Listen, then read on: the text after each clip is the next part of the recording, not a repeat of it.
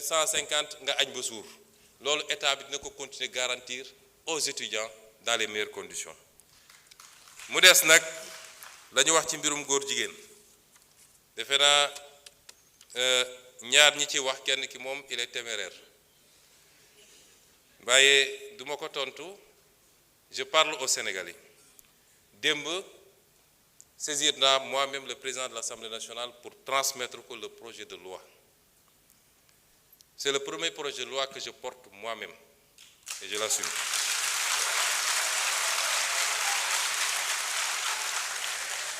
dañu wax ni li tax criminaliser ñu ko loolu ñi mu intéressé woon ñu koy xeex mën nañ ci waxtaan ku mu intéressé wul woon démb tey amoo droit wax ci tu es disqualifié ñooñu mu intéressé woon nag ñoom ñëpp ba ñu dajee c'est le lieu mu féliciter ànd sàmm jikko yi ak ñeneen ñu yëngatu ci lii ñoom ñëpp ba ñu dajee ñoo dëppoo ni mën nañu am lu ñu bëgg en restant le truc au niveau de délit mën nañu am lu ñu bëgg wala lu ko gën sax moo tax projet bi ànd sàmm jikko yi déposé dañ ko bàyyi ci délit projet bi ma def te sukkandiku ci loolu ak leen luñ ci yokk dañ ko bàyyi ci délit lañ ca bëgg nag dinañ ko am ba mat sëkk ñi ciy wax ci opposition ma wax leen lu leen ci tax a jóg bu ñu jógee dañuy dem seeti seen leurs maîtres occidentaux ne leen waxoon nañ leen ñi ñu bon lañu gis ngeen kii nañu ñi ngi réprimer les homosexuels ñun li ñu bañoon def ñoom ñu ngi koy def dañ koy politiquer foofu ci occidentaux yi ak ci lobby yi loolu la ñuy def gëmuñu sax li jëm ci loolu su dee temps bi dina ko permettre ma faram-fàcce la nekk ci loi bi article 319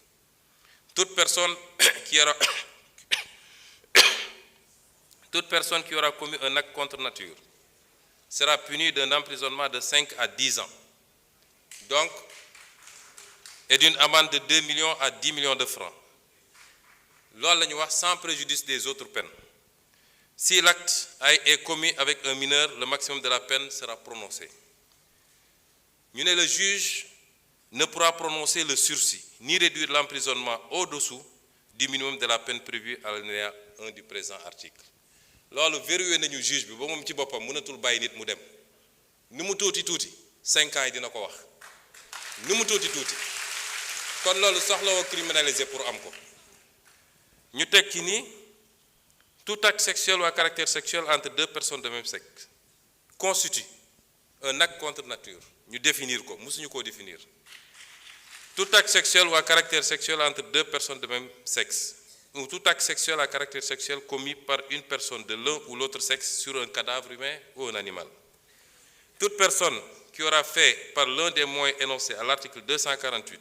l'apologie d'un acte visé à l'alinéa 3 du présent article sera punie d'un emprisonnement de 3 ans à 7 ans et d'une amende de 500 000 à 5 millions. loolu newuloon ci loi bi weesu mooy apologie man bi may nekk député ànd sàmm jikko bi ñëw gis ma dama leen ne loi bi ni ngeen ma ko andilee doyaguma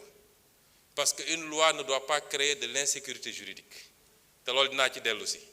ma ne leen en tant que député du ma ko wote moo tax boobu wotewu ma ko woon suñ ko toggaatee nag ba mu mel ni mu war a mel kenn du ma ci njëkk ñu tegaat ni kon apologie bi ñay def la ñuy def dugg ci internet bi wala góor yi daje sol seen marinière def seeni truc am na ku ma ne ndax taaje boon bokk na ci loolu la ñu wax ne loolu bokkatuñu ensuite ñu ne constitue l'apologie d'un acte contre nature toute représentation publique par la parole, l'écrit, l'image, le geste, le son ou par tout autre procédé quelconque tendant à promouvoir l'homosexualité, la bisexualité, la transsexualité, la zoophilie, la nécrophilie ou toute autre pratique assimilée. foofu dañu am na ñu jàpp ne dañoo def dugal ci ay détails homosexualité dafa ëmb lépp bu dee bu jigéen bi la ñuy wax lesbianisme bu dee bu góor ñu ne gay wala xam lan donc su ñu nee homosexualité yóbbu na loolu yépp ñu ne toute personne qui aura financé ou appuyé le financement mosu cee bokk parce que xam nañ ni li gën a aggraver affaire bi mooy xaalis bu bëri bi ci gars yi di distribuer ci la ñuy appatee xale yu bëri ba ñooñu mujj nekk nag ay habitués li ñu wax ci feebar bi beneen affaire la et yeneen loi ñoo ko criminaliser yeneen loi ñoo ko pénaliser kuy transmettre feebar volontairement am na yeneen loi yu ko pénaliser loolu du rek diggante ñi ñuy tuddee borom ñaari tur yi waaye diggante hétérosexuel sax nit mun na dem di transmettre volontairement moo xam góor la moo tax jigéen la moo tax il faut ñu détacher ko ñu ne donc toute personne qui aura financé ou appuyé par quelque moyen que ce soit une personne, un groupe ou une activité en vue de promouvoir ou de magnifier l'homosexualité, la bisexualité, la transsexualité, la zoophilie, la nécrophilie ou toute autre pratique assimilée sera punie des peines prévues à l'alinéa 5 du présent article. Toutefois, n'entre pas dans le champ d'application du présent article les actes accomplis par les structures et organisations de santé dûment agréées dans le cadre des politiques de santé. loolu tam dafa am ñoo xam ne seen liggéey ci loolu la màcc ñooñu mënuñ leen boole ci loi bi may profité nag di wax ak nit ñi li xew ci réew mi rafetul nekk di génne ay bulletins de santé jàmbur le statut sérologique des gens ñooñu léeg-léeg dañoo am njaboot seeni doom ñemeetuñu dem école ce qui se passe dans ce pays-là est inadmissible instruction secret de l'instruction amatul diggante enquête bi parquet juge d'instruction tous les PV sont dans la rue kan moo jox nit sañ-sañ mu ne diw am na cancer wala am na sida wala am na lii et ça ana procureur dañu war a interpeller tout de suite ñu koy def c'est des familles qu'on est en train de détruire par l'irresponsabilité de quelqu'un boo xam ne peut-être moom la mais doomam il n'a pas demandé ça léegi bu demee école ñu ne kii papam moo dafa am sida est-ce que moom amul sida au nom de quoi on le fait ak ñi nga xam ne dañoo jàpp ni ñoom la yàlla wàcce pour ñoom ñu wax ci lii ñoom dong am na ci ñu jàmbaar macha allah am na ci ñu ëppal moo tax am na ci kenn koo xam ne bi ma déggee ñu ne jox nañ ko sécurité dama ne ministre de l'Intérieur dama jëli sécurité bi parce que kenn sant ko muy génne ay liste di joxe ay turu jàmbur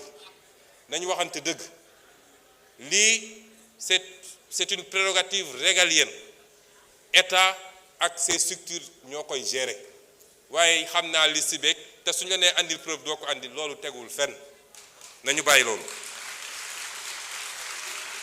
ñu teg ci ni les personnes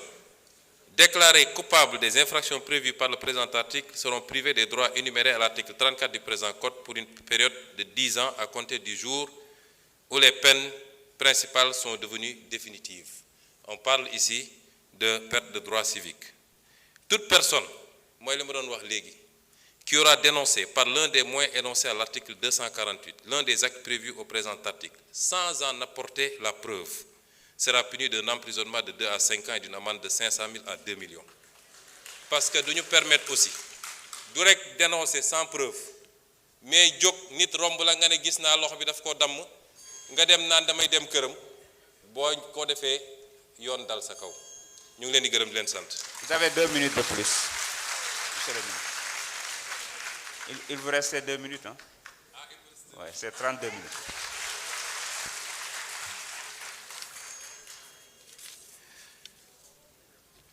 kon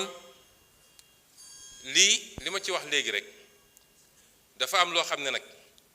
bu ko ab réew bëggee parce que lii réew mi yépp jàngu bi jullit ñi ba ci bois sacré bi ñépp a ci daje ñépp a ci dëppoo ay at ñu koy wax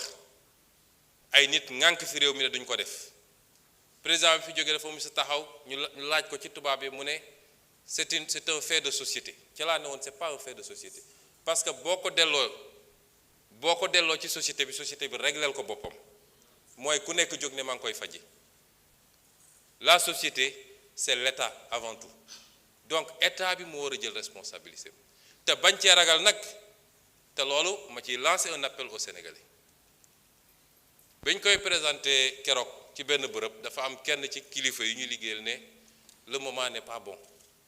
ndax lii ñoom seen lobby yi dañu am doole ak fi ñu toll nii mun nañu dem ci FMI ci fii dégg nga maam def seen lobbying affaire yi ma ne quoi ana yàlla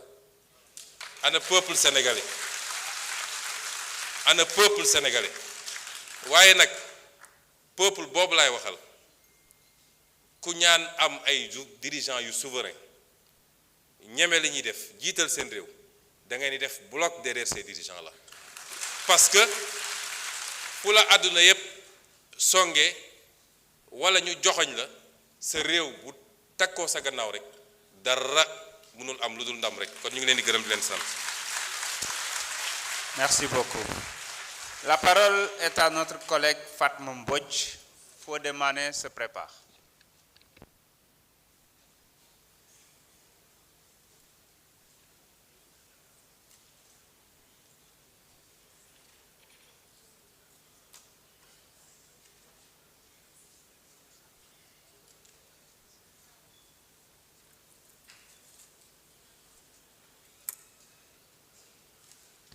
Bismillahirrahmanirrahim. Assalatu wassalam ala khairu rasoul. Merci beaucoup, Monsieur le Président, Monsieur le chef du gouvernement, Mesdames, Messieurs les membres du gouvernement, mes chers collègues. Je ngi leen di wax assalamu alaykum di nuyu mbokk yi fi teew yépp presse bi ak mboolem askanu Sénégal di leen dalal te di leen ziar ci weeru koor gi. Monsieur le Premier ministre, dafa mel ni jamono ji buñ naan question d'actualité ay mbir yu bari lay doon yoo xam ne dañuy lëmbe société muy ay jafe-jafe yoo xam ne askan wi dañ koy jàmbat waaye nag ba leen di féliciter ci njàmbaar gi nga xam ne yéen a ngi koy def boobu ba léegi fekk ngeen fay jafe-jafe ak ay manquement àdduna mel noonu jagul waaye rawatina réew mi fi ngeen ko jëlee toogu leen nag seetaan toogu leen tam di jàmbat yéen a ngi def seen kéem kattan moo tax askan wi ñu ngi leen di soutenir nañ leen souteniroon démb ak barki démb incha allah te ñaan yàlla ngeen am ndam ci li nga xamante ne nii mooy seen mébét ci Sénégal. mu mel ni jamono yi bokk na ci lii lëmbe société bi njàng mi ak njàngale bi kuréel gi nga xam ne ñoom ñoo ŋànk ñi jàngale bari ay jàmbat yoo xam ne ñu ngi koy jàmbat jëmale ko ci gouvernement bi bokk na ci loolu ñuy jàmbat li ñuy wax ñoom la surimposition des rappels de salaire te loolu nekk loo xam ne dafa mel ni dafa lëñt seen xel ndax daal jàpp nañ ne dañ leen pénaliser ñaari yoon ndax versement yi dinañ ko yéex a jot waaye mu mel ni nee nañ buñ ko jotee impôt biñ ciy teg bari na maanaam alal jiñ ciy jot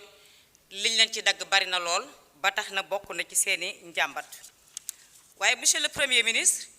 ba tey kuréel gi ëmb jàngalekat yi tam ñu ngi wax di souligner li nga xam ne mooy les lenteurs administratives muy le retard des classements des reclassements waaye ci kaw loolu tam gis nañ nag ay jéego yu am solo nag def ngeen ko ci ma lim ci rek la signature des décrets relatifs au statut de décisionnaire waaye nag taxaw seetlu am na solo ci loolu